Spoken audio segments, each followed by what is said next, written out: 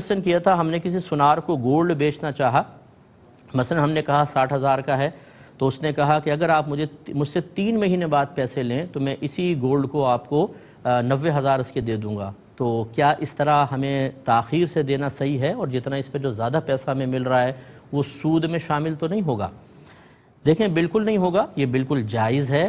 सूद की तारीफ़ तो ये होती है कि आप कोई माली मुआमला करते हैं और उसमें जो ज़्यादती होती है, ज़ायद पैसा, उसको शर्त ठहराया जाता है और वो किसी चीज़ का बदला नहीं होता है।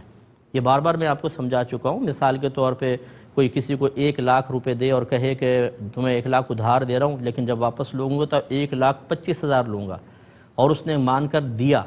अब जब वापस कर रहा है तो 1 लाख तो 1 लाख का बदला, ये 25,000 किसका बदला है? किसी का नहीं, ये है सूद। लेकिन जब आप कोई चीज़ लेते देते हैं और उसमें यूँ तय करते हैं भाई नक़द मिसाल के तौर पर 1 लाख की और उधार 1,25,000 की, तो 1 लाख भी चीज़ का बदला और 1,25,000 भी चीज़ का ही बदला है। सिर्फ ये है कि जो फासला आपने दिया है उसकी वजह से आपने थोड़ा सा पैसा बढ़ा दिया है, तो इसमें सूद का माना मुतहक्क़क़ नहीं होता। लिहाजा आप उसको उधार अगर करना चाहें तो कर सकते हैं, और वो देर से आपको पैसे दे वो आपके लिए बिल्कुल तय्यब और हलाल है।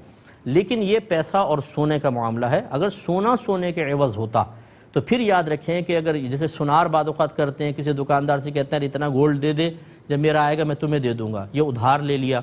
ये उधार करना एक अलग चीज़ होती है, ख़रीदो फ़रोख्त एक अलग है, उधार करना ये गलत होता है।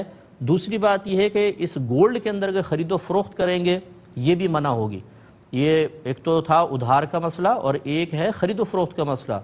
गोल्ड के अंदर उधार लेना देना हो चाहे ख़रीदो फ़रोख्त हो, दोनों के अंदर ज़रूरी है कि नक़द हो और दोनों तरफ गोल्ड बिल्कुल बराबर मिक़दार का हो, तभी जायज़ होगा, वरना नहीं। एक मुख्तसर सा